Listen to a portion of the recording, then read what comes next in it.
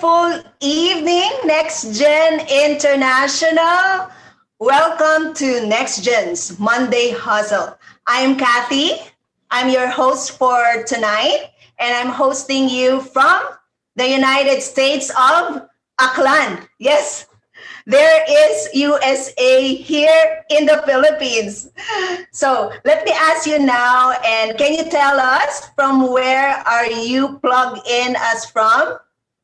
You can chat that in our chat box. Bataan, Las Piñas, ang bilis ha, Cavite, Toronto, Hong Kong, Cebu, Singapore, Bataan, Dubai, Pangasinan. Ang bibilis natin mag-type. Thank you so much for letting me know or letting us know that we are here and we are all over the world. Okay, tonight we will be hearing powerful insights from one of USANA's Philippines top leaders. You are sure to take home so much learning, and I hope you and your team are complete here so you and all of us will learn and win together. So I'm excited to note that we are a lot of associates tuned in already, and we are also live in YouTube. So we are now a total of 629 plus, and in YouTube there are also several, and people are coming in to join with us tonight. So I want to feel your energy, huh? Hello. Will you type in new for all the associates who started their business in USANA this year? Come on. Wow, new. So, okay, thank you so much for that. So let's now start this webinar with a prayer. Okay. But in heaven, we just wanted to just stop with all of the things that we do today and all of the things that we still wanted to do at this time.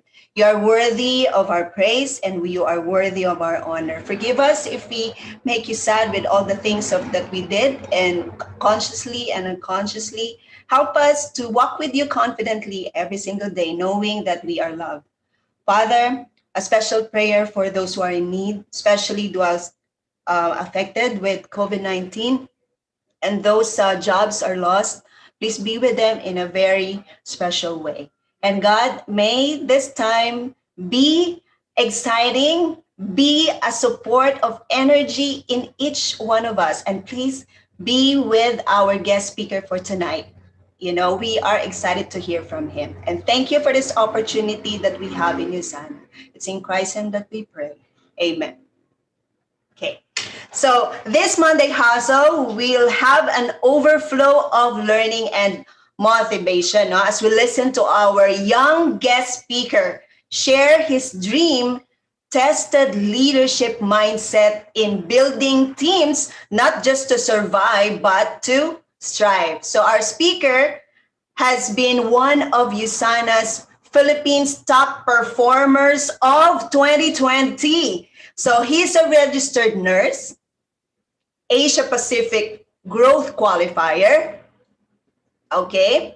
USANA Philippines top 3 income earner in 2020 and a $1 million club member. So guys, please set up your tech, open your videos, be in the attitude of learning, turn off that mic so that our guest speaker will just continue to just share what he has acquired in those years with USANA.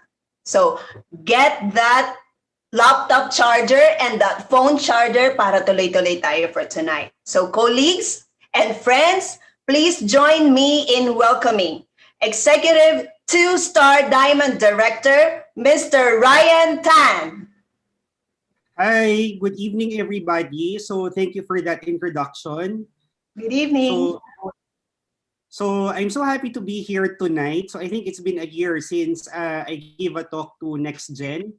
And of course, if it's mentor not asking time from me, siyempre hindi ako makatanggi because to get the training started, no, I really had no idea when I joined USANA ano bang gagawin ko sa business na to, but I'm really grateful because I was mentored by no less than the mentor Nat Sunyo. So again, hindi ako makatanggi sa training niya, and so here I am tonight. And I want to get straight to the point, no?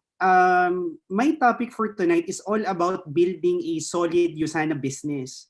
So when I say solid Usana business, this is not a business that I want you guys to think about earning $100 a week, $200 per week. Because to me, initially, personally, when I first joined Usana, my mindset was, sabi ko, pag kumita ako ng $100 weekly dito, $200 a week, happy na ako. Pero nung tumagal, after a year, after 2 years, lalo na no, now I'm on my 12th year in the business, doon ko talaga na-appreciate how big network marketing is and how big Usana actually is. So I'm sure a lot of you are quite new to the business, but tonight I really want you to give an overview, a bird's eye view of what this business could offer. But before we go to that, although I'm a familiar face already to many, I want to take time to introduce myself pa din. So, again, before joining Usana 12 years ago, wala akong kaalam-alam sa sales, wala akong kaalam-alam sa network marketing, sa business. I used to be a nursing graduate from UST. And it just so happened, when I graduated from college, it really was such bad timing kasi it coincided with the peak of the US recession. And around that time, nag-decide yung US mag-freeze hiring muna ng foreign nurses.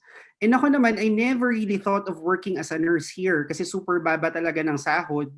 Pero sabi ko, kaysa naman tumunganga, I tried applying for a nursing job in a local hospital. Itago na natin sa pangalang St. Luke's BGC.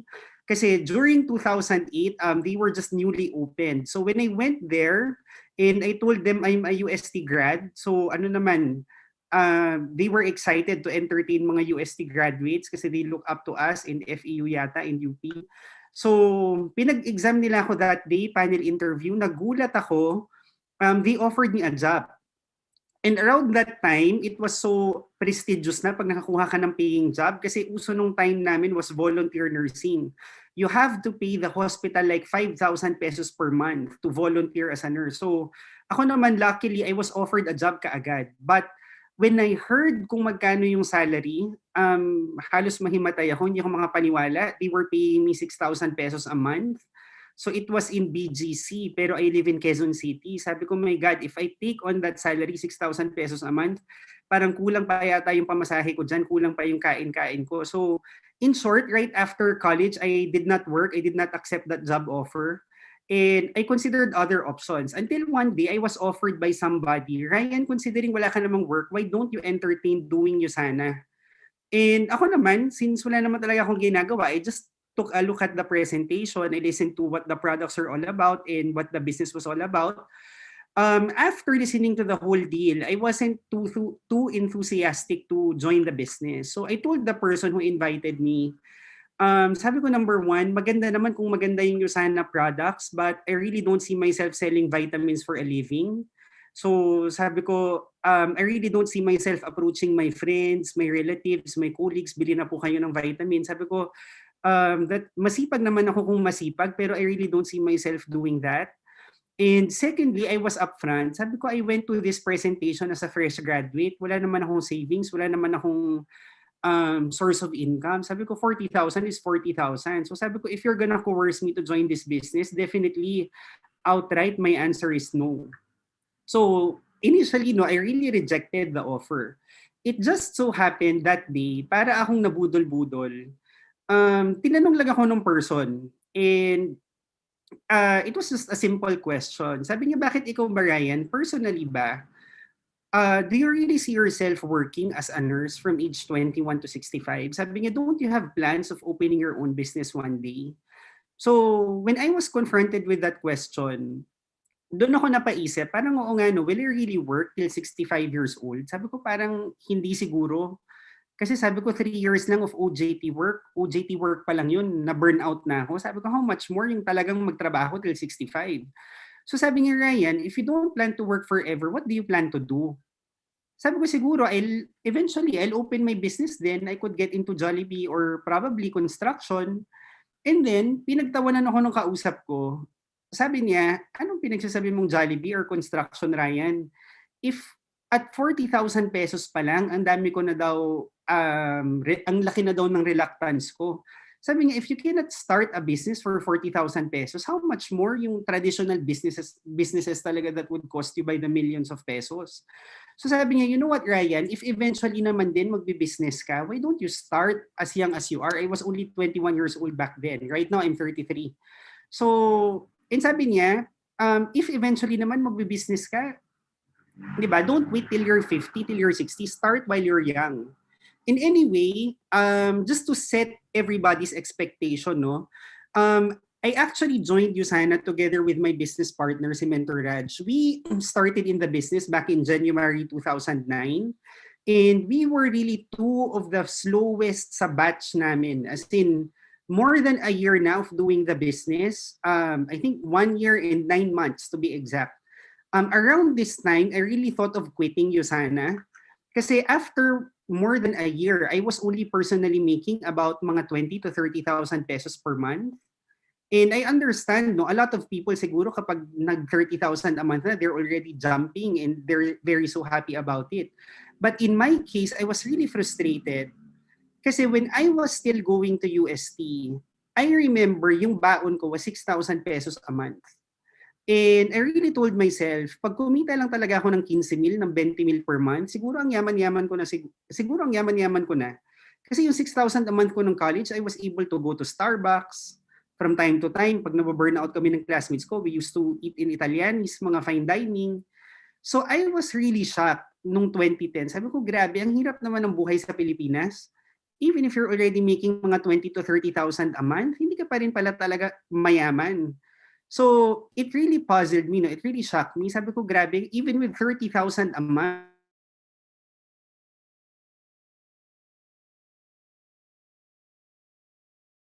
you cannot even afford to buy a house. You cannot even afford to buy a car, save money, no, for retirement or other investments. And it really scared me in a way. Sabi ko, grabe, in the Philippines, no, if you're gonna look at the statistics here, it's really, really frustrating. Kasi if you were to compare our country sa mga Western nations, di ba, sobrang daming college graduates sa Philippines. But if you're gonna look around you, it's really tragic. Di ba? College graduate, masipag, matyaga, they've been working for 5 years, 10 years, pero makikita mo financially walang nangyari. Di ba? And you need not look far. Di ba? You just need to look within our own families, close friends, relatives, churchmates, colleagues. Di ba? Bakit ganun? Kasi for me, it doesn't really add up. If a person is masipag, matyaga, di ba? And lalo na college graduate pa, and they've been working hard for 5 years, 10 years, it doesn't really add up na wala ka pa rin pera 10 years later. Diba? So for me, that was my frustration with Usana. Sabi ko, my God, I've been working on my Usana business for over a year. Pero yung financial breakthrough, ang tagal, ang bagal, parang ang hirap. But you know what, guys? Ito, what I'm showing you right now, this was September 2010. And ito, next is ito. This was already September 2011. So after like 2 years and 11 months, no, we were able to hit gold director in the business. And that's the time I was able to prove to myself. Sabi ko, grabe, although initially I wasn't really into sales, I was really introverted. I really lacked communication skills. So I really had to develop my personality from scratch for a business like this. Pero sabi ko, totoo pala, no, lahat naman talaga ng bagay sa mundo ng pag-aaralan. Lahat naman talaga ng bagay sa mundo, that's not, it doesn't take genius, no? You really just need to learn and focus. So, that's also the reason my story was featured in a newspaper interview. So this was years back. So they were asking me here, Ryan, considering you're a nurse, you were so young, wala kang pera, how come you were able to succeed in a business like Usana? Kasi I'm sure, no, a lot of you, lalo na yung mga bago, you guys are excited about this. You guys are excited about the income potential. But at the end of the day, unless you already have the results na naririnig mo sa ibang tao, you would always lack the confidence to succeed in a business like this. But in my case, when I was interviewed here,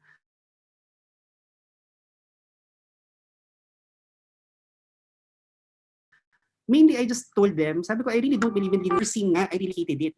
Diba? I really hated nursing, but I became a registered nurse. So sabi ko, when I first saw Usana, I was really half-hearted about it. 'Di ba? Lalo na networking, hindi ko talaga personality to. Pero sabi ko, if this is how I could make good money, why not? Why not? And ito no, speaking of good money, ito naman not to brag. Uh, at the end of the day, lots of Usana distributors make more than us.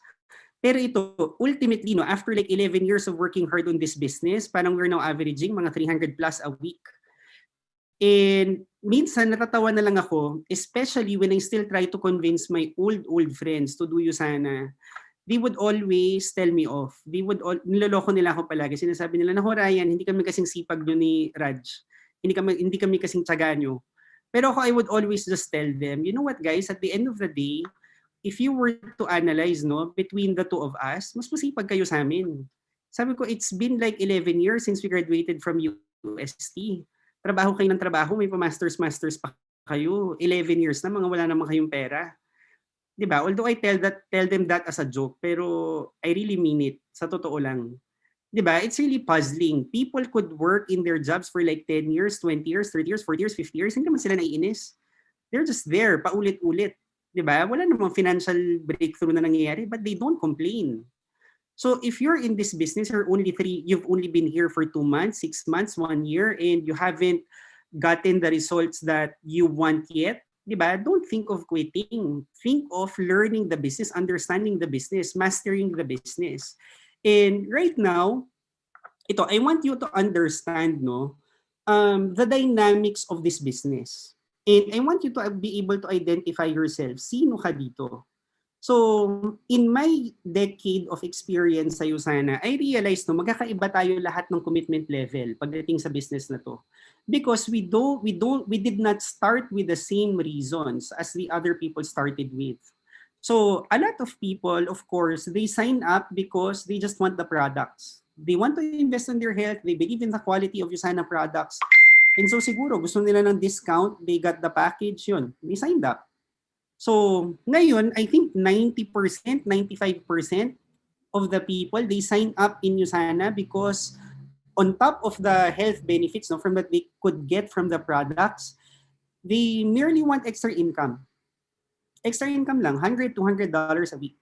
But I want to forewarn you, if you're that type of person, you only want extra income from this business, hindi naman yun masama. Pero for me, it would frustrate you. Kasi this business is difficult, sa totoo lang, it would entail hard work. And only a few people join for the right reasons. And the right reason being, they join Usana. I mean, they do the business because they really want big income out of it. Diba? If you joined Usana, ang goal mo lang dito is to earn $50, $100 weekly, that's not bad. That's like 10, 20,000 pesos per month. But my God, the effort, the amount of time, di ba, the number of rejections that you have to endure, it's not rewarding. Kung $100 a week lang ang habol mo dito, mag-call center ka na lang. Di ba? Magbenta ka na lang ng kung ano online. So you do this business because there's a huge amount of money to be made. Di ba? And nagkataon, we're very lucky, you signed up in a network marketing business na sobrang ganda talaga ng products. Di ba? Wala kang masabi. Ngayon, knowing that, for all the people who are not yet fully decided about Usana, and this is something that I pinpoint to my team as early as now, when we started the year, I really felt na yung team namin was generally out of focus, lalo na yung mga bago.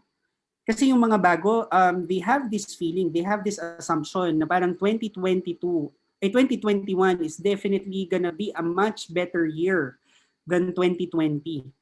Diba? Parang, paano mo patatalunan yung 2020? Parang lahat na yata ng kamalasan sa mundo nangyari last year. But ito not to really burst your bubble if that's how you think and if that's how you feel about 2021. Seemingly, it's really not that hopeful sa totoo lang.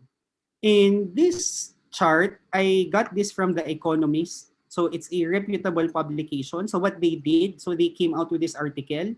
In-interview nila yung mga top vaccine producers and they analyzed sino ba yung mga naunang mag-order sa inyo and kailan nyo ba yan madi-deliver.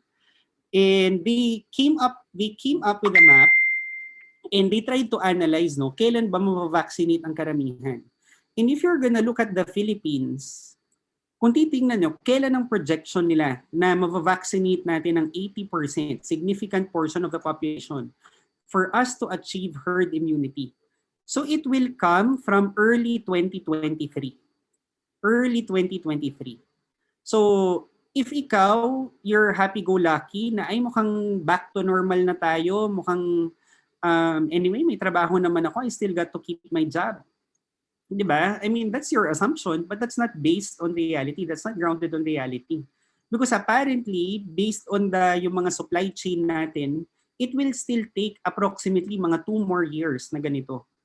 And it's true. If you go out of your house, you go to the mall, it's as if, di ba, wala naman ng pandemic. Halos puno-puno na yung mga tao. But if you're gonna look at the cases, ito bigyan ko lang kayo ng, ito from DOH data to. January 3, how many cases did we have? 891. Pero remember, di ba, October last year, or was it September? Nung nag-peak ulit yung cases, we were in GCQ. But for 2 weeks, we were forced to go under ECQ. How many cases were we averaging back then? We were averaging mga 3,000 to 4,000 cases. So kahapon, Valentine's Day, ito, February 14, how many cases did we have? We're doubling the number of cases again. Although it's contained for the past, I think, 1 week, 2 weeks, we're averaging mga 1,800 to 2,100. Diba? Pero sabi nga nila, with the new COVID variant, diba, with the new COVID variant na possibly vaccine resistant.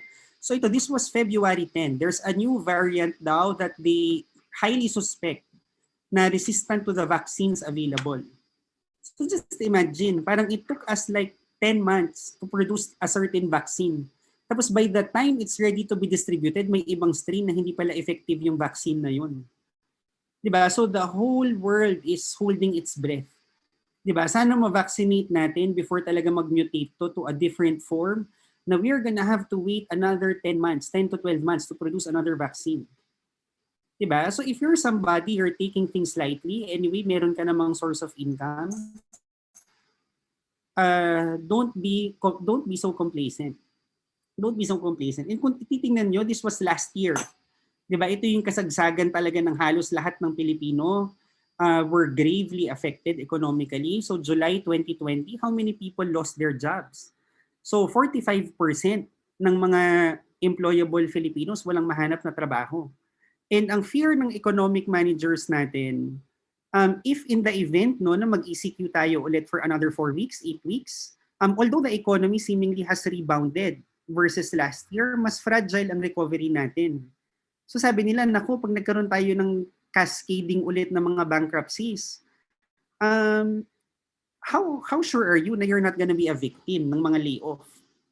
Diba? Even if you're a rich person, even if you have a successful business right now, how sure are you that you could survive the next 12 months to 2 years? Diba? So right now, my first message, lalo na you're already in USANA, I'm sure if you're new, you're quite half-hearted about this.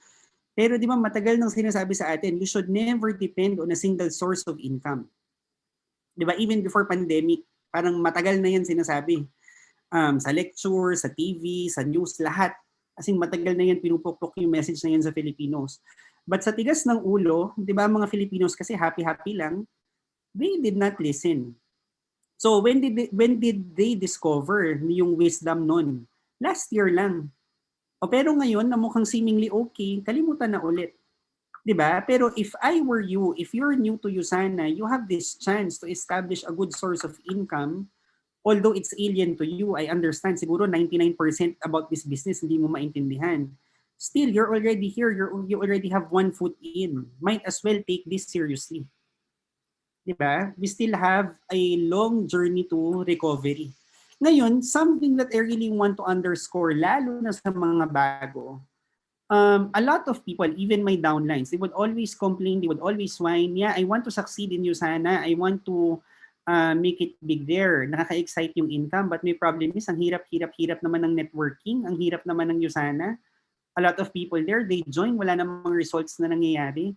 Pero something that you should understand, if you were to compare network marketing to traditional business, you should really know and understand by heart gaano kadali itong business natin compared sa traditional.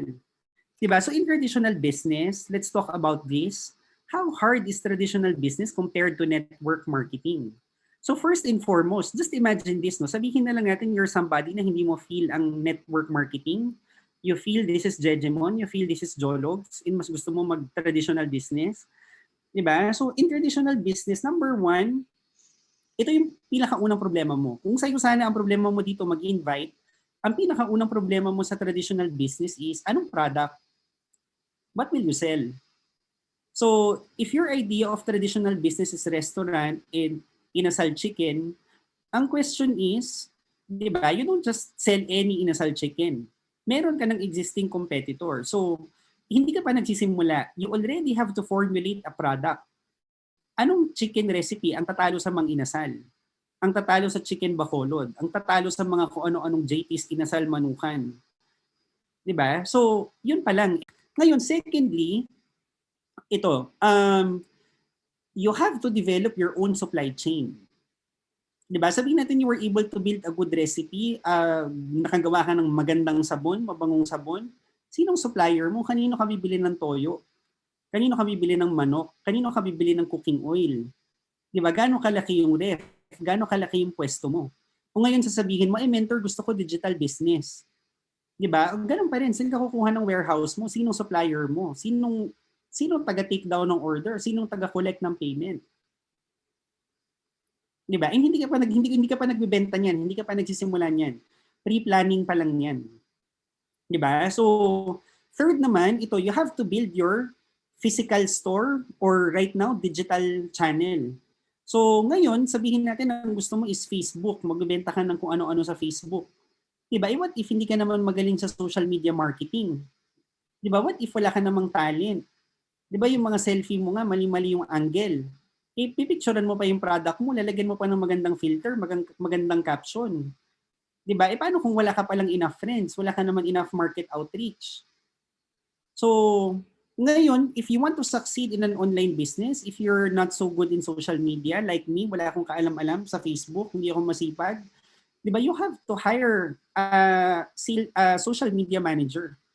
Diba? You have to hire professional people to do those things for you. And how much do you have to pay a digital artist to create posters for you? How much do you have to pay a social media manager to run your Facebook channel for you?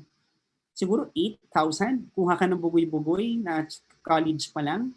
Di ba? But the professional siguro, they would charge you mga 12,000, 15,000. Pero yung mga talagang high-end na matinu-tinu talaga na may substance na wow, ang ganda ng branding mo, you have to pay them as much as 25,000 to 35,000 a month. Diba? Just to build your online sales channel. And again, diba, sinasabi mo ang hirap ng Usana, but then again, if you were to compare this to traditional business, it's much easier. O ngayon, step 4 ng traditional business. Ito, you have to hire and train your employees. Ganon din, magre-recruit ka rin ng empleyado mo. O sa Usana, ayaw mo mag-recruit ng prospect, but when you start a traditional business, you have to recruit your employees. Diba, you're gonna have to train your employees. Wala kang upline sa traditional business. You're not part of a team in a traditional business. Diba, ikaw na nga yung nag-hire, ikaw na nga yung nagsweldo, ikaw pa yung magtitrain. Ang problema, nangangapa ka rin sa business na binuksan mo because it's also your first time to open that sort of business. Diba? So, you have to develop, diba, sa Usana, you have to develop your left, you have to develop your right. Sasabihin mo, ang hirap naman, you have to build left and right.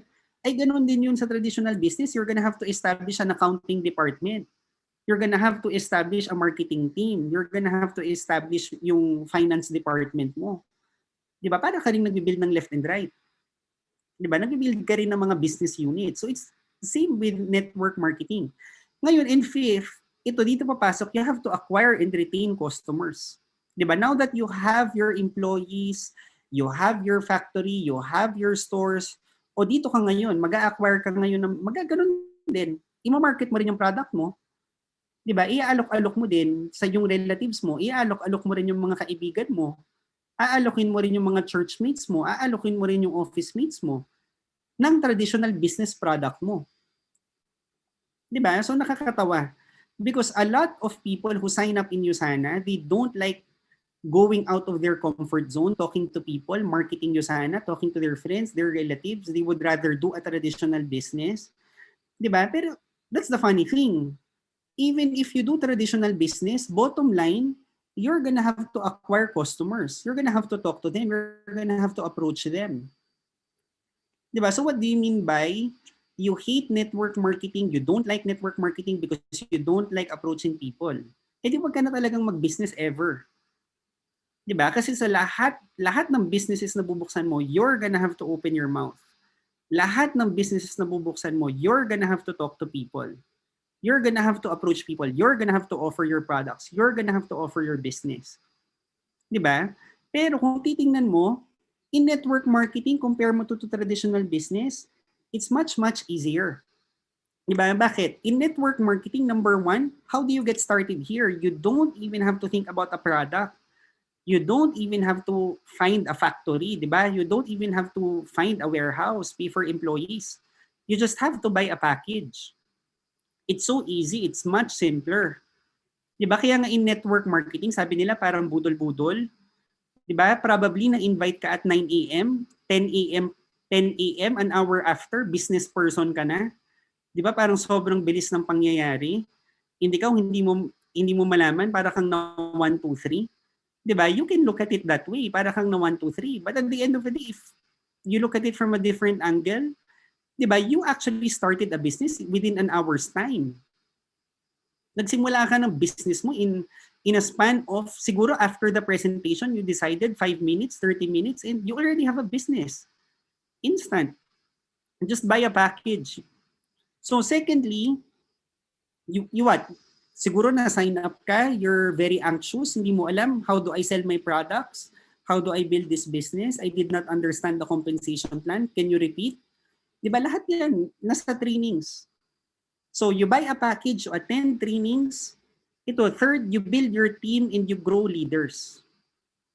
Di ba? So it's a much simpler business. So I don't understand why people, especially yung mga hindi naman pa nag-traditional business before, why they would walk out of Yusana and start a traditional business.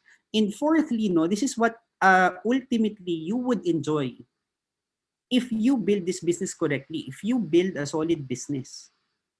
Diba? So if you understand this, if you understand this, no, there's no reason for you not to be proud about the business that you're part of. Diba? And considering how much simpler Yusana is, the reward is actually much bigger than what traditional businesses could offer.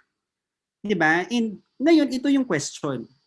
Yung step by step. Mentor, sige, I'm convinced. I've attended lots of next-gen trainings. I've attended lots of Yusana events. But I've been in Yusana for quite some time. I still don't have solid results. Diba? So how do I build a solid MLM business? How do you build a solid Yusana business?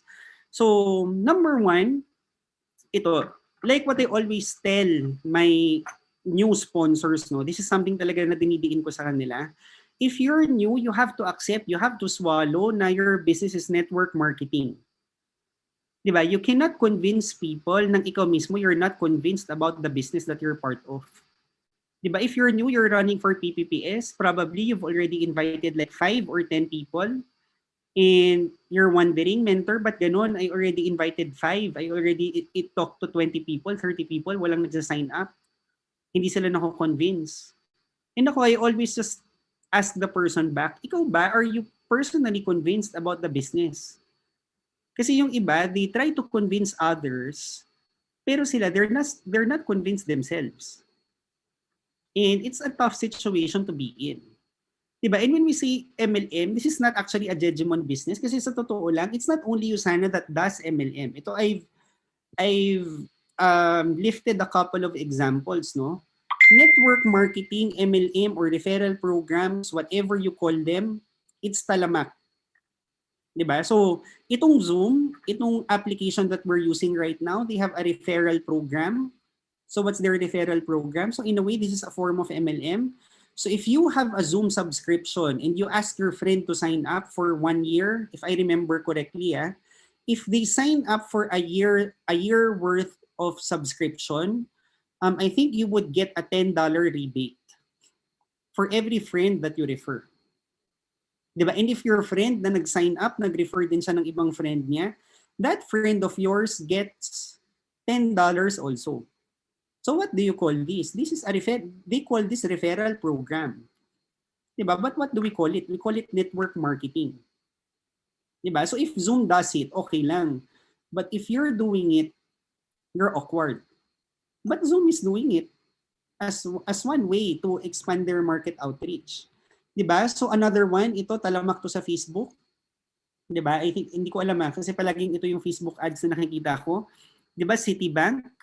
So ano ang promo ng Citibank? So if you're a credit card holder of Citibank and you refer 3 friends to sign up for a Citibank credit card and ma-approve sila, you get Apple AirPods for free. And one time, no, I've had a conversation with one of the marketing managers ng Citibank credit cards. And believe it or not, a lot of their new credit card holders nakuha nila sa Refer a Friend program. Hindi nila ito nakukuha sa mga billboards. Nakukuha nila yan sa Refer a Friend program. And I actually know a friend, I have a friend, no, gift niya sa anak niya nung Christmas, AirPods. Dalawa yung anak niya, binigyan niya tig-isa AirPods. And kunento niya sa akin, nakuha niya yan through, I think, a Citibank promo. Pero ayaw niya mag-usana. Pero gusto niyang maging ahente ng Citibank credit card para makakuha ng AirPods. Diba? So for me, if you're willing to do that to get AirPods, diba, why don't you just do network marketing to earn dollars in the Philippines? Diba? Another one, so I think this is something that almost all of us use, itong Grab. Diba they also have a referral program, pero ang Grab yata ang pinaka-kuripot. For every friend that you refer, 100 pesos. Pero yung prices of their services sobrang expensive. Diba compared to the competitors? Diba? So at the end of the day, when people ask you, are you doing network marketing or ikaw mismo, you're not comfortable about being in this business, diba? You have to re-examine. A lot of businesses are using this approach. And you have to be comfortable with it. Diba? Hindi nakakahiyang mag-networking. A lot of businesses are using the network marketing model, refer a friend model. Diba? Recruit. Lahat ng business nagre-recruit.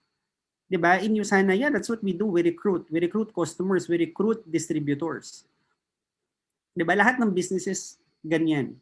So secondly, for you to be able to build a solid MLM business, dito, number 2, you really have to be teachable.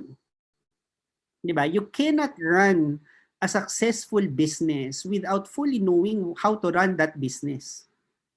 Diba? You cannot build a grocery store, labas kang 5 milyon, and after one day, sabihin mo, bahala na yan mag-autopilot ka na dyan, naglabas akong 5 milyon. Diba? And traditional business doesn't work that way. And Usana doesn't work that way either. Diba? Pero believe it or not, ako I would guess, no, based sa experience ko sa team namin, 95% of new sign-ups, ganyan ang ugali. Diba? They would sign up in Usana and they would not talk to people. Siguro they would invite like 2 people a month, 1 person a week siguro. And after 2 months, they would give up. Sasabihin nila, this business doesn't work. Well, they did not even attend the trainings. Diba? They did not even bother to learn the business. Ngayon, if you're quite new in Usana, probably ang problema mo, most likely, is inviting. You join, but you're not able to convince people to listen to a Zoom presentation.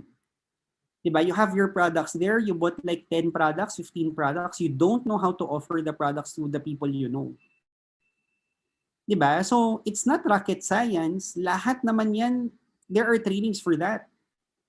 And lahat ng trainings ngayon, they're readily available sa Zoom. Apart from this training, I'm sure, yung training nyo, you have a very good resource of recorded trainings online. Diba? So if you're somebody, ang problema mo, you don't know how to sell your products, instead of thinking, mag-Usana ka pa ba? Mag-auto-order ka pa ba? Diba? Instead of keeping things to yourself, ba't hindi ka magtanong sa coach mo or mentor mo? Mentor, I'm having a difficult time scheduling prospects. Mentor, I cannot sell my products. What training do I need to attend? Diba? Is there a module na pwede kong pag-aralan? Diba? So, here in Usana, you cannot be somebody na ang hirap mong ang hirap mong pa-attend din ng training. Diba? Kasi there are people like that. They sign up, they're eager, pero once it's time to learn the business, they don't expend time, they don't expend energy, they don't expend effort to learn the business. And yun yung problem. You don't know how to sell the products, you don't know how to do the business, tapos you only attend trainings like once a week, once every 2 weeks, and every time a link is forwarded to you, you're irritated kasi training na naman, how will you ever learn the business if you're irritated by trainings? Diba? So, dito, you really have to be proactive. What you don't know, there's a training for that. Diba? Just approach your coach or mentor. So here also, in network marketing, I've been here for over a decade. There's a unique dynamic. So probably even before you joined USANA, I understand, no, baka may masteral ka, baka PhD ka pa. Even before you joined USANA, siguro manager ka, senior manager ka, or you're probably a wealthy person already. Diba, before USANA, mayaman ka na talaga. Tapos pagsali mo dito, the person coaching you, mas bata sa'yo, mas less accomplished sa'yo. But at the end of the day, even if you feel more accomplished, no, even if you feel you know better than your coach or mentor, sa totoo lang, feeling mo lang yun. Diba? You need to humble down and really learn from the person trying to teach you how to do this business. Kasi for me, diba, a lot of people, they don't know what they're doing. They don't know the wrong things that they're doing. But when you resist coaching and mentoring, you will never be able to identify your blind spot. So dito, you really have to be proactive. Diba? So after this training will not answer everything. I will not tackle inviting, I will not tackle product selling, I will not tackle leadership. Diba? So whatever it is that you feel you lack, whatever it is that you feel weak in, whatever aspect yan, approach your coach or mentor this week. Diba, magpaturo ka, hindi ka ng coaching mentoring session para mag-progress ka na dito. And thirdly, you really have to build your dream team. You really have to build your dream team. And this is always something that I underscore paulit-ulit. If you're building a network, hindi pwedeng kung sino-sino lang. Diba? If you're building a network, you really have to prospect well. I'm not saying be judgmental, but somehow you have to exercise some sort of common sense. Diba? Because a lot of people, lalo na yung mga bago, number one, they feel ashamed about network marketing. And number two, they're afraid baka i-reject sila ng mga taong kakilala nila. So ngayon, if your first task is to hit PPPS, what's the usual instinct of a new person in an MLM business? First and foremost, no, they would approach people na walang ginagawa. Walang magawa sa buhay. So, for example, no, there's this tendency na, yung tropa ko, nasa bahay lang yun, maghapon. Yung auntie ko, nanonood lang yan ng Korean novela. Sige, invitein ko yan sa business. Diba? But at the end of the day, if you're building a business, you're trying to build a network, you really have to get high caliber people.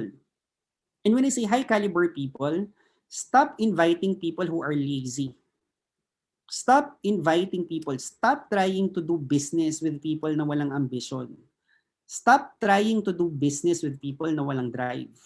Because at the end of the day, what I realized, no, in doing USANA for 12 years, no matter how hard you try to convince somebody na tamad, somebody na walang ambition, even if 12 hours mo pa yung presentahan, even if 1 week mo pa yan i-closing, it's very hard to sell an opportunity to a person who's lazy. Diba? So, if you're running for PPPS, if you're trying to build a formidable network, you really have to target a certain group of people. So, probably ito na yung sagot sa tanong mo, bakit you've been trying to recruit people but you've not been able to build a solid network yet. If you want to build a solid network, you have to target, I want you to write this down. You have to target 3 types of people. You have to target highly ambitious, highly accomplished, and highly driven people. Highly ambitious, highly accomplished, highly driven people. Diba? Because these people, if you show them a good plan, if you show them a good opportunity, even if they're busy, even if hindi nila linya yan, even if they don't have the resources to start right away, if magustuhan nila yung opportunity na yan, if they're highly ambitious, highly driven, they would grab that opportunity. So that's why if you work with these people, no, sila yung mga taong madaling kausap. Sila yung mga taong naiintindihan nila what the opportunity is all about. So that's why you would be surprised. Ako, this has happened to me a lot of times. I must have presented to like 10 people, 20 people, 30 people. None of them sign up. And then I get so frustrated. I talk to people na feeling ko hindi naman to magde-network. Kasi senior manager na to. Feeling ko hindi to magde-network. Kasi masteral degree holder na to. Feeling ko hindi to magde-network. Kasi big time na to eh. Pero I'm really surprised. Every time I try to talk to people no, who are busy, I highly accomplished, minsan sila pa yung opportunista. Sila pa yung talagang open to more opportunities. And I really find that paradoxical. Minsan kung sino yung walang pera, 'di ba? Sila pa yung nagdalawang isip about extra income. 'Di ba? Wala ka nang pera. 'Di ba? Ang hirap-hirap na nga ng buhay. 'Di ba? Nagdalawang isip ka pa about starting a side business. 'Di ba? And that's precisely explains why, 'di ba, yung sinasabi nila yung mahihirap forever na lang mahirap. Yung mayayaman forever, lalong yung mayaman. It's really because of the mindset. 'Di ba? That explains why siguro ikaw din hindi mo naman necessarily linya to. Yes, you're busy even before you sana you already had too much on your plate. Dinagdag mo pa to. 'Di ba? Hindi mo you really had no resources to start. Para-paraan lang yung ginawa mo. But then again, you grabbed Usana. Bakit? Because you're a person who even before being invited to Usana, malamang naghahanap ka na ng opportunity. Malamang naghahanap ka na ng business. 'Di ba? And so ako, when I understood this concept, I took rejections lightly. I started taking rejections lightly. 'Di ba? Minsan I try to do my best presentation, I try to do my best closing. 'Di ba? Talaga namang I really gave my 100% best. Nag-follow up naman ako na maayos, hindi nag-sign up.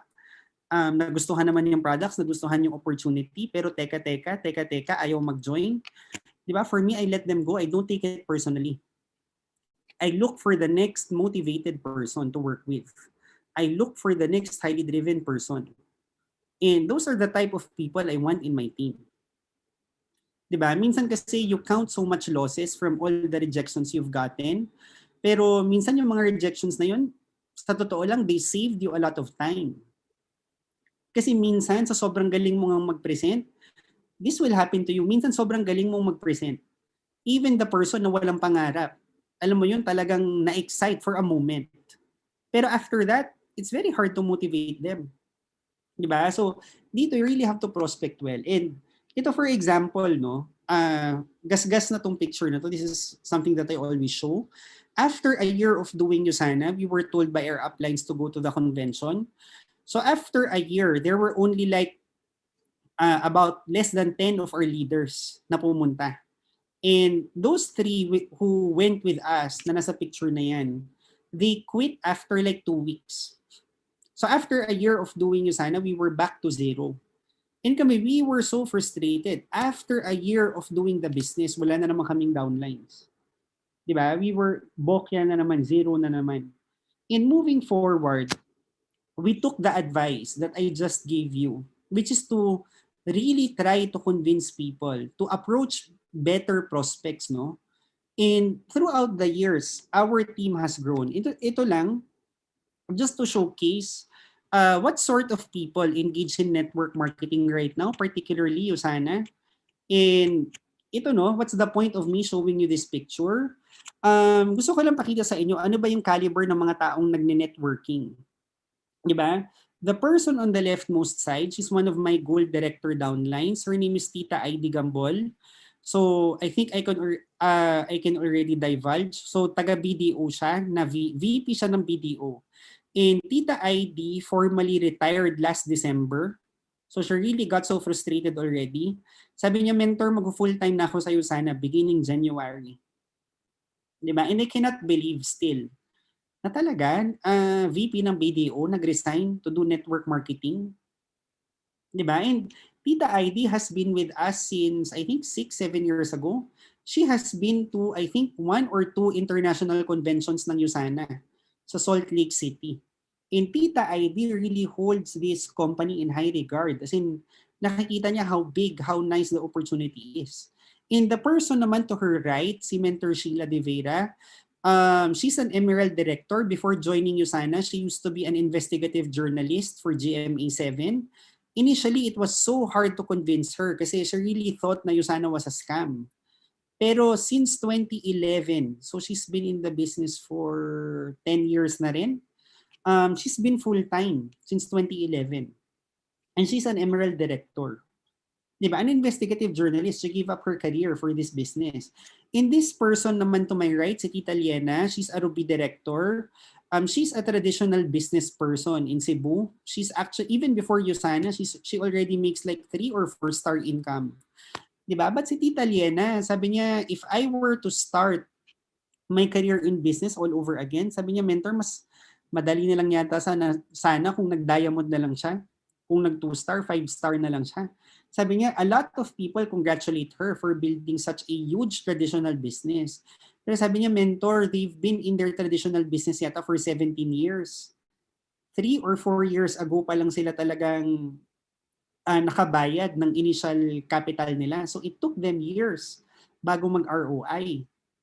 Diba? And right now, as a Ruby Director, ngayon na-busy siya sa traditional niya, pero sabi niya, mentor, pag nagkaroon talaga ako ng oras, I'm really gonna build this business all the way to diamond.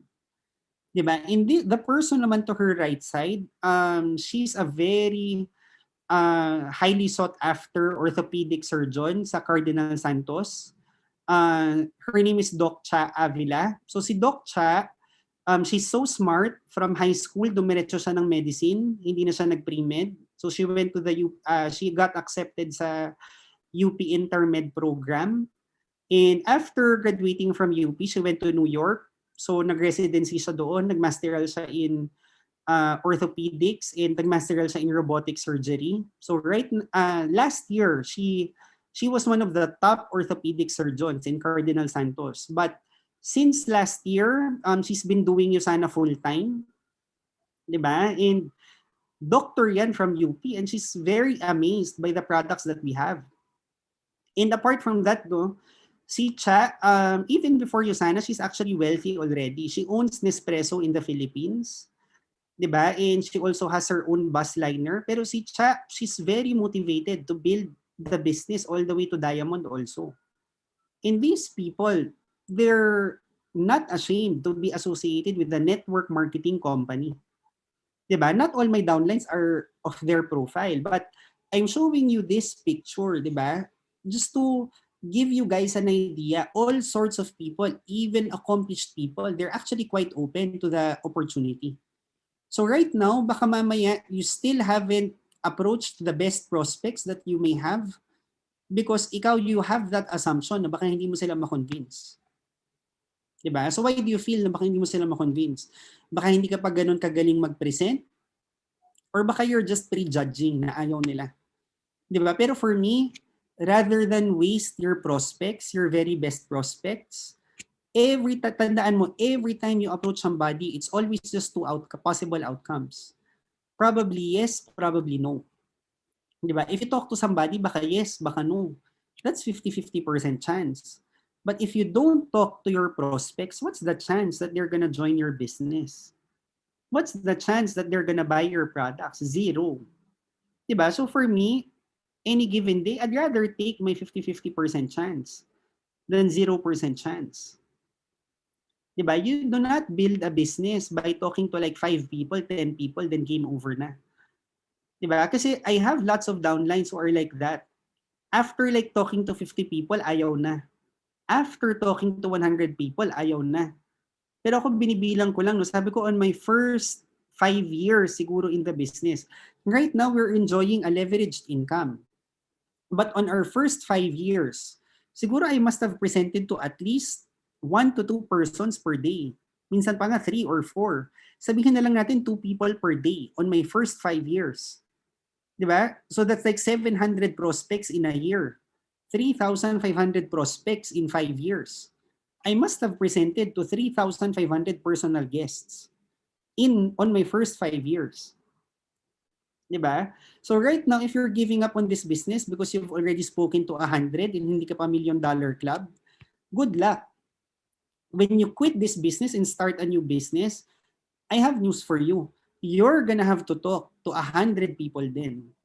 And after talking to 100 people in your traditional business, pustahan tayo, hindi ka pa rin mayaman. 'Di ba? You're still not successful. So for me, I find it weird and I find it illogical, 'di ba? Nagsimula ka na sa business na to, you're already halfway there. Hindi mo pa tinuloy, tapos mag-start ka na naman all over again. So for me, or you're already part of this, might as well, 'di ba? Do it all the way. Hanggang sa mag-gold ka, hanggang sa mag-ruby ka. 'Di ba? And fourthly, ito, if you want to build your a solid business here, you really have to be willing to lead your organization.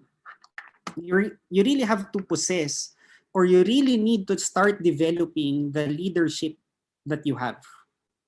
And every time I say this, I understand a lot of new people, they're quite intimidated by this. Lalo na if you're somebody who has mostly kept things to yourself all these years, you only minded your own business, and all of a sudden, you're gonna have to go out to the world, di ba? Share Usana, recruit people, and lead the people that you recruited. So it's too stressful for a new distributor. But here's the thing, di ba? Leadership is not only important in Usana. Leadership is important wherever you go. Di ba? Be it in a corporate setting, sa school, whatever organization. People who make big income, people who enjoy, di ba, kung ano-anong prestige, they have leadership within them. So if in Usana, you don't want to take a leadership role, wag ka na lang mag-business. But here's the thing, if you don't want to take any leadership role, and if you're hoping to advance your career sa employment, sa corporate, you're gonna fail. Because in the corporate setting also, the people who get promoted are the people who can manage other people. Yung mga CEO, they are the people who can lead an entire organization. Diba? So that's why, if you're gonna observe people who are diamonds, gold directors, rubies, emeralds, diba, they have a huge org. And they were able to achieve that because of their leadership. Diba? And you would hear mga kung ano-anong side comments against network marketing, yung mga taong nasa taas lang naman yung kumikita dyan. In any organization, that's the truth. Diba? Ba't ka naman babayaran ng malaki if you're only a small person in an organization? Diba? So in Usana, it's the same. But ito, I have good news for people who feel they're quite inadequate when it comes to having to lead an organization. So one thing that you need to learn about leadership is that it's not really inborn. Leadership is not inborn, it's developed.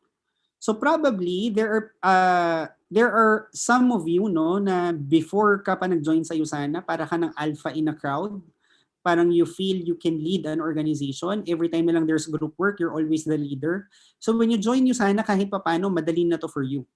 Diba? Pero I think 95% of the people who join Usana, they lack leadership skills. But itong mga taong 5%, the rare kind, ito yung mga taong luckily they had good parents, they had good upbringing, bata pa lang sila, binola-bola sila, na ang galing-galing naman ng anak ko, mag-join ka ng Youth for Christ, mag-run ka for class president. Alam mo yung bata pa lang sila, mindset na sila maging leader. Ngayon, if you're the unlucky one, na pinag-aral ka lang, hindi binild up yung confidence mo, you grew up, pagdating mo sa workplace, wala kang believe sa sarili mo. May believe ka sa capacity mo, but when it comes to working with other people, hindi ka sanay. Diba? But the thing is, that's something na pwede mong matutunan sa Usana. Diba? Step by step by step. And the first way to be able to exercise your leadership here in this business, number one, for you to be able to make your downlines follow you, your organization follow you, number one, you should be competent. Di ba? A lot of people would ask me, mentor, ba't ganun? My downlines don't follow me. Parang ang hirap, ang tigas-tigas naman ng ulo nila. For me, the reason is simple. They really don't see you as a leader. Or they see you as a leader, but they don't see you as a leader worth following. That's why you say so and so, but they never really listen. They don't really ever follow you. Ngayon, how do you improve your competence? Number one, again, it goes back to you have to attend trainings. You cannot lead a group of people and not know the business. Diba? I have enterprise days pa lang to sa main office, no. We used to do the business every day sa Starbucks. So one time, I have this downline, nakishare siya ng table sa akin. Sabi niya, mentor, pwede ba mag-goal set lang ako dito? Meron daw siyang bagong downline. And ngayon, this new downline asked the upline, upline, how do I place an auto order? And sabi niya, hindi ako sure about that eh. And the person was asking, anong product yung maganda for this? Sabi niya, hindi rin daw niya alam. So practically, parang half of the questions of the downline, hindi niya masagot. Hindi daw niya alam. And after like 2 weeks, this same downline of mine who shared the table with me started asking me, mentor, ba't ganon yung downlines ko? They don't follow me. Ako palibhasa, but I told him, no, palibhasa, first contact mo pa lang with your downline, all you answered was, hindi ko alam. I'll ask upline, I'll ask mentor, I'll ask coach. Eh, di ba? Hindi na lang sila makikinig sa'yo. Mag-a-ask na lang sila kay mentor, mag-a-ask na lang sila kay coach. Diba? So here, you really have to know your business. Hindi pwedeng hindi. Diba? You have to know your business. Be it the products, how to enroll people, diba? How to present. You have to know all those things. Diba? And secondly, if you want to grow your influence, you want to grow your leadership here, the second best way to do that is to give service to your team. Diba? So darating yung time, yung upline mo cannot really cater to all the guests anymore. Darating yung time, yung upline mo is already so busy to be doing all the tasks for the organization. That's the time, that's your chance to step up. And every time that chance comes up, you should be able to step up, diba? And lead your organization. And as you do that, magugulat ka na lang, yung mga tao, they would start appreciating you because you're able to guide them. And the people would start appreciating you because nakikita nila how much you care. Diba? You're willing to put in the effort, the hours. Diba? Yung hard work to help them build their business. Diba? So kami, we always keep this in mind. Although yeah, we're 2-star, but at the end of the day, when we're working with new downlines, walang 2 stars, walang $1 million club. Diba? To them, hindi nila maintindihan ano ang $1 million club. Hindi nila maintindihan ano ang 2-star. So at the end of the day, for us to gain the trust and the respect and build a good working relationship with new people, we still need to work with them as if wala pa kaming downline, as if wala pa kaming group. And that's also the mindset that you should share. Diba? You really have to be willing to serve.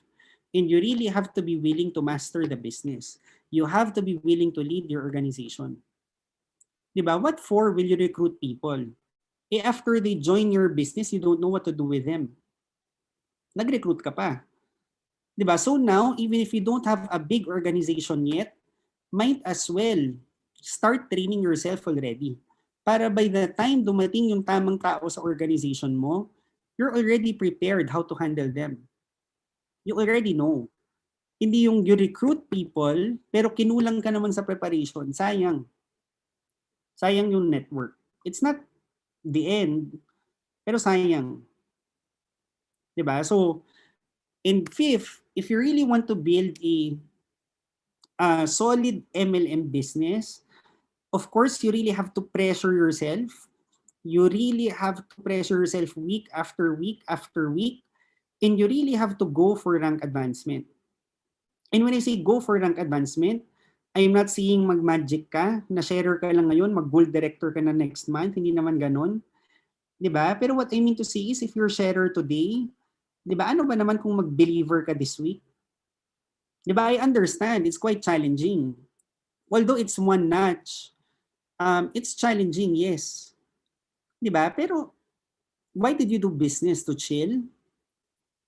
Di ba? Why are you in this business? Para hindi ma-stress? Is that the reason why you do business? Di ba? You're in the business to make money.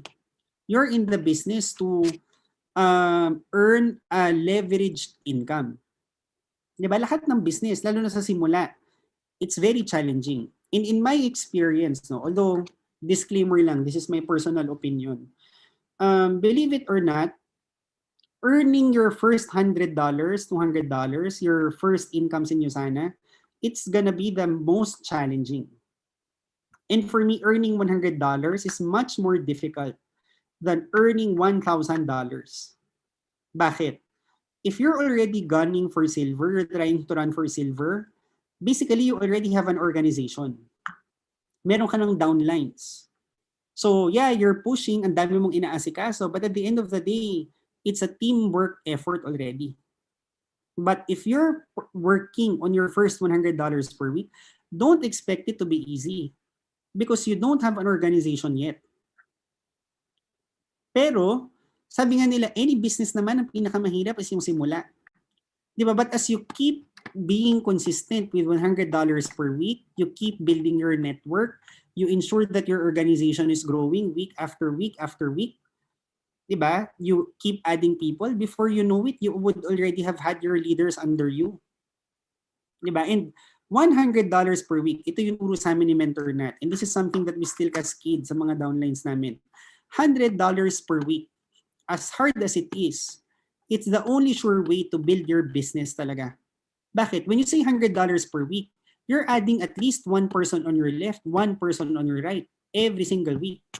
So if you earn $100 per week for 4 weeks, you would have added 4 people on your left, 4 people on your right. Diba? You're technically already building your network.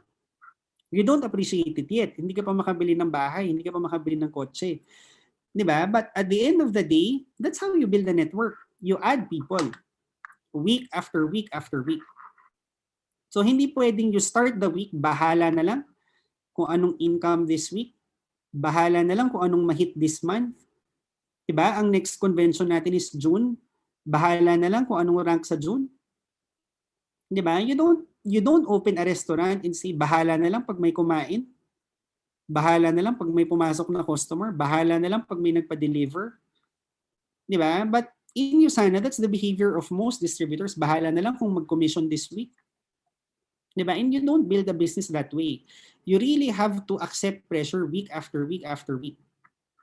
Diba? And $100 per week, it's not easy, but come on guys, it's not impossible. Diba? And it's challenging, but it's not, hindi naman yun ganun ka-challenging. Diba? So it doesn't have to be gold director right away, ruby director right away. You have to start where you are. Diba? And yung goals na binibigay sa'yo every week, that's not there para trip lang ng upline mo. Diba? That's given to you because your upline feels that you're prepared, you're capable of hitting that. You just really need to go outside your comfort zone and talk to people. Diba? Pero when it see solid MLM business, no? Ito lang just to share, again, not to brag. It's so small compared to what other distributors make, lalo na sa Usana Global. Pero ito, more than the income, take a look at the date. Take a look at the date. So this is January 1 and December 25. Sabi ko, di ba yung mga empleyado, they're so excited to receive their 13th month pay, their mid-year bonus. Sabi ko, posible ka naman palang bayaran ng ganyan kalaki week after week after week. And I'm excited kasi right now, we're only still just 2-star. Paano pa yung income? Take for example, si Bob Lin, the 12-star diamond from Australia. Hindi siya nagpakita ng income. He did not even mention anything about how much he makes. Diba? But you can just imagine, ito 2-star. Paano yun 12-star? Diba? Paano pa yung 15-star? Diba? It's so exciting. The amount of money you can earn through this business is limitless. Diba? Again, if you're new, of course, you still don't know practically almost everything about the business. Pero you already started this business, aralin mo na siya dahan-dahan. Di ba sasabihin nila, mentor, ang sipag nyo kasi, ang tagal nyo na sa USANA, grabe yung effort nyo. For me, it's not grabe. I've only been here for 11 years. Yeah, this is my 12th year. Last year was our 11th. Di ba? So sabi ko, 12th year to be earning this level of leveraged income, not bad. Di ba? You could spend 12 years elsewhere and still only end up making a fraction of this. Di ba? Hard work din yun. Effort din yun. Oras din yun. But at the end of the day, di ba, sabi nga kahit gano'n ka kasipag, kahit gano'n ka katsaga, if you're not in the right opportunity, sayang lang yung oras mo. Di ba, you're already part of USANA and you're very lucky to be part of NextGen. Why do I say that? Because if you're gonna look at your team, di ba, sobrang dami ng goals. I think it's more than 500. Di ba, ilan ng rubies, ilan ng emeralds, ilan ng diamonds. Di ba, so it means if you're part of this team, it's not chamba. It's not kasi magaling sila. There's really a proven track record. The trainings work. Di ba? Your mentors know what they're teaching you. Ang daming may results dito. Sasabihin ng iba, hindi naman lahat may result. Konti lang naman may result. Talaga, sa lahat ng businesses, konti lang naman talaga ang nagsasucceed. Di ba? If you're gonna compare the statistics of USANA to traditional business, USANA's statistic is way better. Di ba, in traditional business, this came from my downline who's a senior manager sa DTI. Sabi niya, mentor, grabe no, ang USANA maganda talaga yung numbers natin compared to traditional. Sabi ko, why do you say that, tita? Sabi niya, in traditional businesses daw, who apply for a DTI registration, for every 100 applicants, after a year, only about 20 people apply for renewal. So 80% dead na kaagad after 1 year. And on the third year, out of the 20, about 5 to 10 renew. And on the fifth year, out of the original 100, ang natitira na lang is 1 or 0 for every 100 businesses na nag-register. Diba? That's like 1% or 0% success rate in traditional business. Diba? So if you have relatives, if you have friends, sasabihin nila, nagpauto ka naman sa USANA, wala namang nagsasucceed dyan. Ay, totoo, I would admit, not everybody succeeds here. But compared to traditional business, kahit pa paano, mas maraming kumikita dito. Diba? So, the people who say that against MLM, against network marketing, against USANA, really don't know what they're talking about. Diba? And for me, if I were to start, if I were to choose any sort of business, bring me back 12 years ago, diba? I would still choose USANA. Right now, a lot of our friends offer partnerships sa ganitong business, offer whatever investment. Pero for us, rather than get into whatever other business, ito na lang. Di ba, mag-build ka na lang ng new business center. Mag-invest ka na lang sa real estate. Di ba? This is a huge business. But again, you're gonna have to put in the hard work. You're gonna have to put in the effort. And ito lang, no, I'm not sure if everybody has this saved. This is the calendar of USANA for 2021. So this is something that we always flash sa lahat ng trainings namin. So nandyan lahat ng cut-offs. So right now, we just came from the grand celebration ng Feb 7. So if you were so inspired nung Feb 7, ang next convention similar to that is scheduled on June 2021. Diba? So if you attended, you want to be recognized as director, as silver, as gold, today is just February. February, March, April, May, June. So you have like 5 months to rank advance. Diba grabe naman if today you're believer, tapos pagdating ng June, believer ka pa din. Diba? O, right, siguro by June, you were the last convention, you were the director. Tapos pagdating ng June, you're still director. Hindi naman pwedeng ganun. You should really progress. Diba? So, ang daming travel incentives. There's the Leadership Summit to Maldives. Di ba sasabihin nila ang hirap? Pero yung last Leadership Summit to Japan, more than 100 people naman yung nag-qualify. Di ba yung Maldives, I'm sure it's quite the same number of attendees. Hundreds of people qualify for this incentive trip. So it's not mahirap. It's doable. It's just that there are things na hindi mo pa alam. Diba? So there's also a trip to Bali. So there's also that incentive trip to Greece. Diba? So this business has a lot to offer sa totoo lang. But at the end of the day, as I end, no, I want you guys to reflect on this and I want you guys to personally answer this. What's your plan? You started a business, now what? Diba? You already began your journey here in Usana. Diba? It's so weird. Nagsimula ka, tapos nagdalawang isip ka pa. You're already here. Diba? Kung believer ka na, builder ka na, director ka na, gold ka na, what's your plan moving forward? Diba? You have a business na you're offered lots of travel incentives, you're offered big commissions. Diba? And it's so weird to not have a plan. It's so weird to not have a game plan. In reality check lang, no, as I end, today is like February 15 already. So 7, 8 weeks na ang natapos. And we're almost done with February already. We just began the year. Diba? So hindi pwedeng next week na lang. So now patapos na ang February, before you know it, tapos na ang March. And pag natapos ang March, that marks the first quarter of the year. We would have been already 75% done pag natapos ang March. So right now, that's the challenge.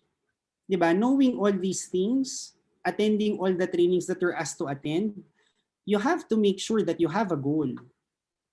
And you have to make sure that goal is clear and you're willing to work on that goal. Otherwise, you're just wasting your time. Diba? So, tonight, as I end, I want to share my favorite quote of all time. And this is really how I end all my Zoom trainings. And my favorite quote goes like this, and I really feel this is apt, especially to all the new people, no? And the quote goes like this. Sabi, everybody pray for cake. Everybody pray for cake. But when the good Lord sends them eggs, butter, sugar, and the rest to bake their own cake, they get mad, they get frustrated, and they walk out of the kitchen. And I really love ending my trainings that by sharing that quote, no? Because it gives everybody a clear sense of perspective about this business. Diba? For the longest time, probably, you've been wishing and praying for an opportunity. You've been praying for a financial breakthrough. Diba? But like what I always say, regardless of your religion, every time you pray for a better life, for more blessings, for more prosperity, di ba? The good Lord doesn't ask you, ano bang QR code mo? Mag-deposit akong pera sa'yo. Di ba? Ano bang kotse gusto mo? Pahatid ko sa garahe mo. Di ba? Ano bang dream house mo? Patayo ko for you. Di ba? The Lord doesn't operate that way. What the Lord does, every time He wants to bless you and prosper you, I think He gives you the right opportunity. He gives you the opportunity. And at the same time, apart from giving you the opportunity, the Lord would give you the capacity to learn new things and to work, the capacity to work really hard. Diba? So hindi mo alam yung business, but He give you the capability to learn, the capacity to work hard. And it's also providential na you were given an opportunity, you don't know how to go about it, but it's providential. The Lord would also send you the right people your way to help you and guide you with the opportunity that was given unto you. Diba? And for me, every time I look back, that's what happened to me in Usana. 12 years ago, I wasn't really looking for a business. I wasn't even sure for one entire year, ba't nga ba ako nag-Usana? Pero sabi ko, looking back, sabi ko, luckily, no, I got introduced to the concept of business as young as 21. Now that I'm 33, I really learned a lot in the process. And I understand, no, a lot of you are just starting now. So for me, rather than walk away, di ba? Just learn it, bake your own cake, and work hard on this business. All right? So that ends my training for tonight. I hope you guys learned a lot, and I really hope moving forward, we'll have more rank advancements. See you guys.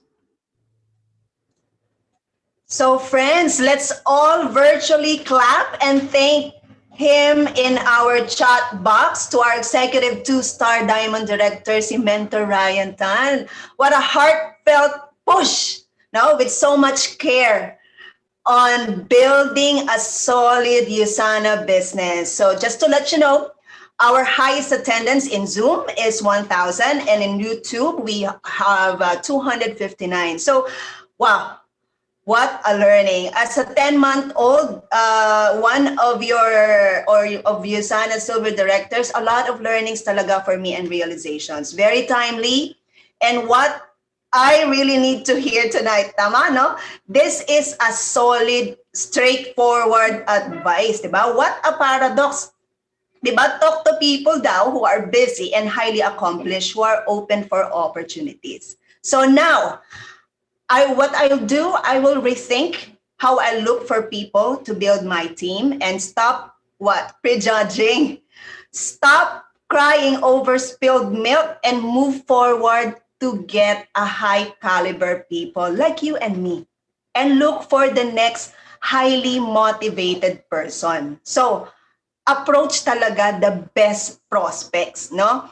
Great example, sinabi ni Mentor Ryan, of real people who are already successful in their own fields but are highly motivated people to also build their USANA business. Okay, so let's now move on to our announcements.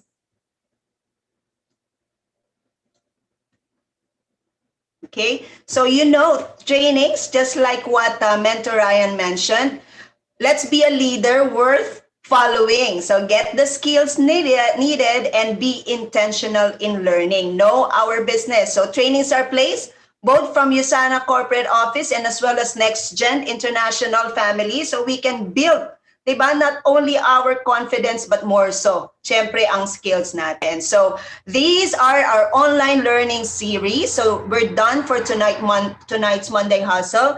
The next training is our Power Hour on Wednesday, February 17, with Mr. Noel Christopher Nate, or Nate. I'm sorry if I pronounced that wrong. And also from Miss Kimberly Gaza. And on Friday, we are looking forward for the Health and Freedom as well by Mr. BJ Ramirez and Miss Kim Merana. Okay, let's move forward. And please, let's all be present with our 2021 Run as One. This is a free recognition award. So please make sure you block your calendar to be there. And also, of course, who wouldn't want to have a presentation na winning talaga ang skills in this new normal? So learning fee dito, it's not even 1,000, it's not even half of that, no? Kung maaga ka, you will have it at 250, but kung medyo naging busy ka, you forget about the schedule, you still have the chance to get it at 350 pesos. Okay? Next, pakiscan ito, diba? For our MLM 101 for network marketing success, ang annual fee niyan is 1,000 pesos. Quarterly, if you want to, if your budget is like that, no, 400 pesos quarterly. So scan me, and then there's a link over there to sign up. Okay, so well done for tonight. So trainings are here, and confidence level lang talaga tayo para ma-enhance ang ating overall performance. So what chance will I want to take, sabi nga ni Mentor Ryan Tan? 100% losing or 50-50% chance? That's why make sure to be present with your teams meeting after meeting tonight. So again, it's my privilege to be the host for tonight's Monday Hustle. Thank you so much, Next Gen Admin, for making me your host. And this is Kathy signing off, and have a wonderful evening, everyone.